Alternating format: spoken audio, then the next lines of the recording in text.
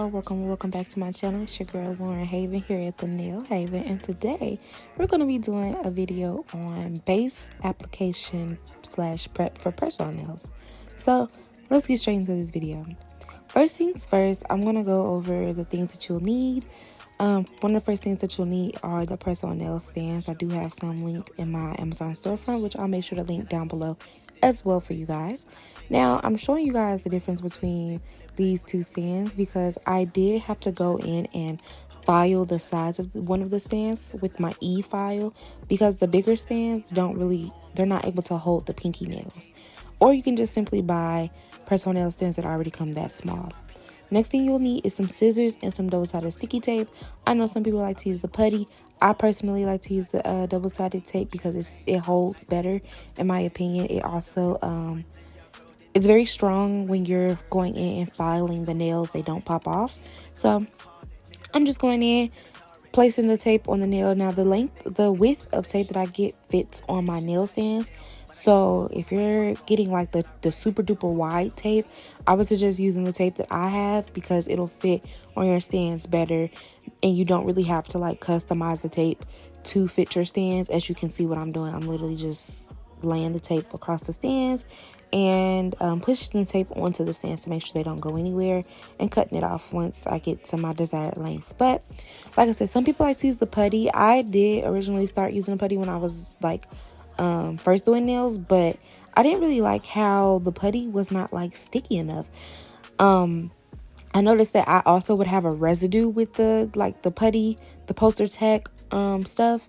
Yeah, didn't like it. I definitely would suggest trying out the tape that I use because it's great. I love it, and I multi-purpose use it. So I use these to also stick my nails down on my nail cards, and I'll also be making a video on how to make customized packaging. So be looking out for that, y'all. But now I'm just going in and I'm pushing those tape pieces into the nail stands before I take off the tape protective layer, the red part of that. Because you don't want it to pop off when you're doing anything, and you want to make sure that tape is nice and secure onto that stand. So I did speed this part up so that you didn't have to see me do it twice, but I'm just going to essentially do the same thing on the other hand and cut it off, peel it off, and yeah.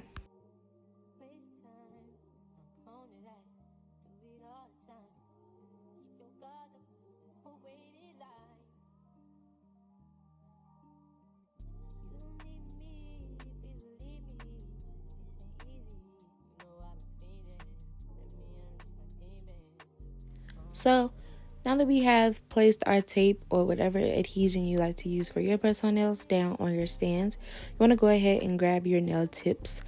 I am making a set for my mom, so we're going to use her sizing, but you want to make sure that you get your custom sizes, your customer sizes, and place them on the nail tips in the order of their hand.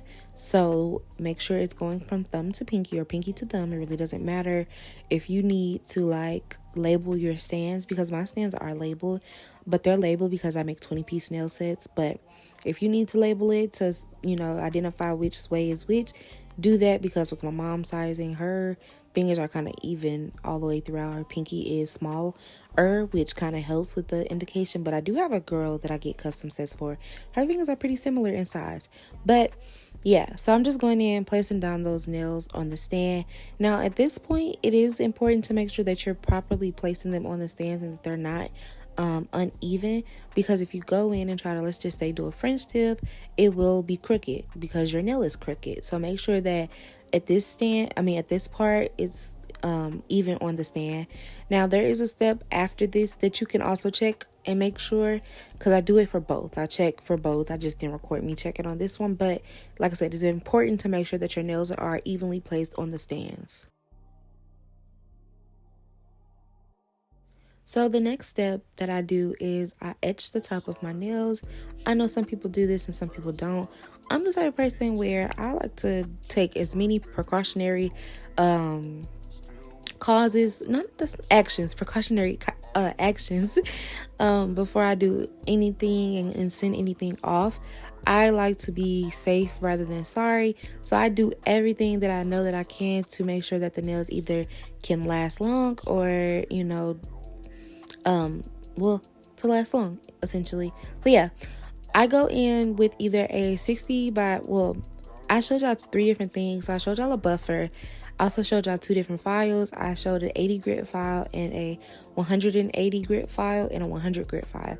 So those all have different grits, meaning the higher that you go, the softer it'll be. The lower you'll go, the more coarse it'll be. So personally for me, I like to go in with a more coarse file because I really want to create texture on those nails so that the polish has something to stick to, which is why we etch the nails. And for those that believe, oh, you don't have to do this part, I think it's kind of hypocritical, because when you're applying press-on nails, it's important to buff your natural nail, which essentially the same thing here.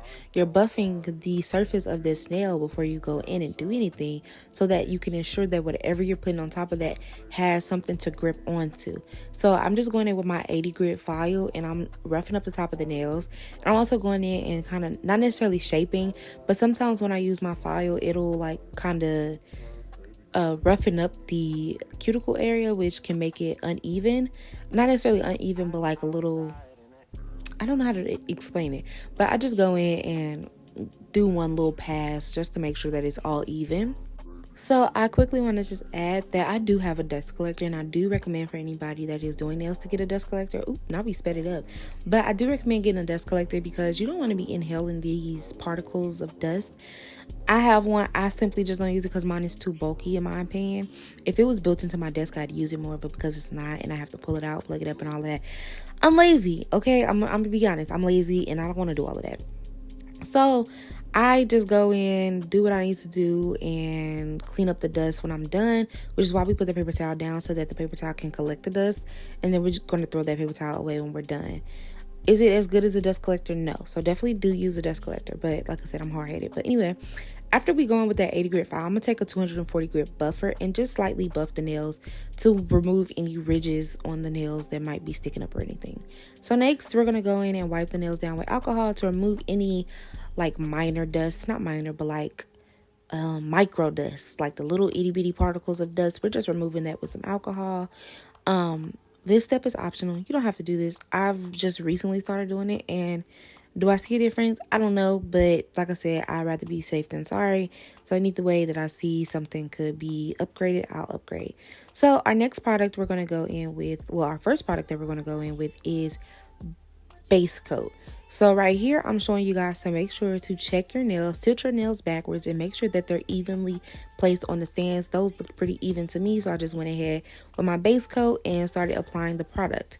Now, I know that you see that I literally will take a glob of base coat and put it on all of the nails. I do this because it just, to me, it's a little bit quicker than continuously reaching in the bottle to get more polish. I just put a big glob on it, and then if it's a lot, like too much, I just put it back in the bottle. Been doing it like this. I feel like I do move a little bit quicker. To each their own with this one, but that's what I did. So after I apply my base coat, I put the nails in the lamp for 60 seconds to let those cure. Listen to whatever base coat instructions you have. So if you're using a different brand, listen to whatever directions that they give you. So now we're going to go in with builder gel. Now the builder gel that we're using is by Beetles. The base coat, top coat, all of that I use is by Beetles. I'll make sure to link it down below. I usually buy a trio. So I'm going in with builder gel because I don't use acrylic.